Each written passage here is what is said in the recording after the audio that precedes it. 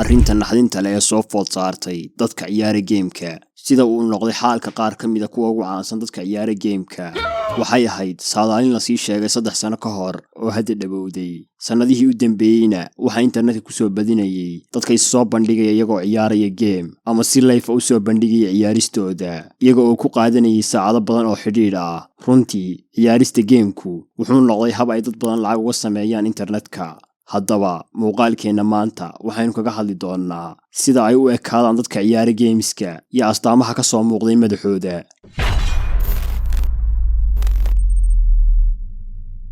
sanadkii 2020 ayaa la sameeyay saadaalin lagu sheegay sida ay u ekaan doonaan dadka ciyaara online gameska waxaad yeelanaysaa indho dhiig leh dhafoorro go'ay iyo gacmo bararsan qiimayntu waxay sheegaysaa in 20 sano gudahood aad noqon doonto sidan oo kale haddii aadan isdaryeelin marka aad ciyaarayso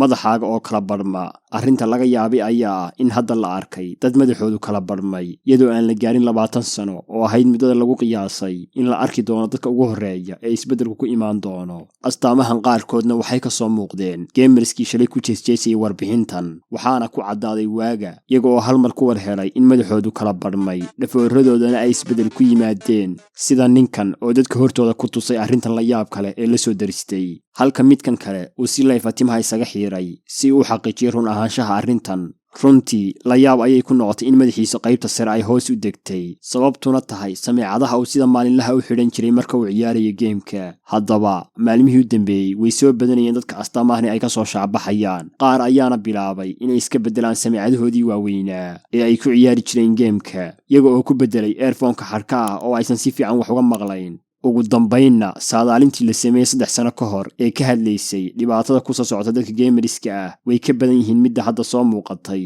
waxaana ka mid ah kuwo kale oo badan sida indho dhiig leh iyada oo loo sababeeyey wakhtiga badan oo ay ku bixiyeen kombuyuutarka iyo iftiinka moobilka lugaha oo barara oo loo sababeeyey fadhiga faraha badan oo ay sameeyaan marka ay ciyaarayaan geemiska ay xiiseeyaan dhabarka oo qallocsama ama tuur yeesha arrintani waxay dhacdaa maadaama aysan gamerisku saacado badan xarakaad samaynayn ama aysan iska beddelayn qaabka jirkooda marka ay ciyaarayaan geemka caloosha oo weynaata calooshu waa halka lagu kaydiyo laguna dheefshido cuntada aadanuhu cuno mar walba waxa ku hadha qayb dufan ah oo uu jirku u adeegsado kayd ahaan shaqo maalmeedka socodka iyo jimicsiga ayaa lagu gubaa dufankan balse gamerisku ma sameeyaan socod badan iyo jimicsi midnaba waxayna yeeshaan calool 4 gees ah gacmaha oo ay ka muuqanayaan nabarro ay sababeen ciyaarista geemku adeegsiga joogtada ee controliska waxay culays saaraan gacmaha bini'aadanka ah waxayna saamayn xun ku reebaan maqaarka iyo lafaha qofka gunaad fin iyo nabarro qolfa leh ayaa lagu arkaa suulka iyo faraha kale ee sida joogtada loogu ciyaaro geemka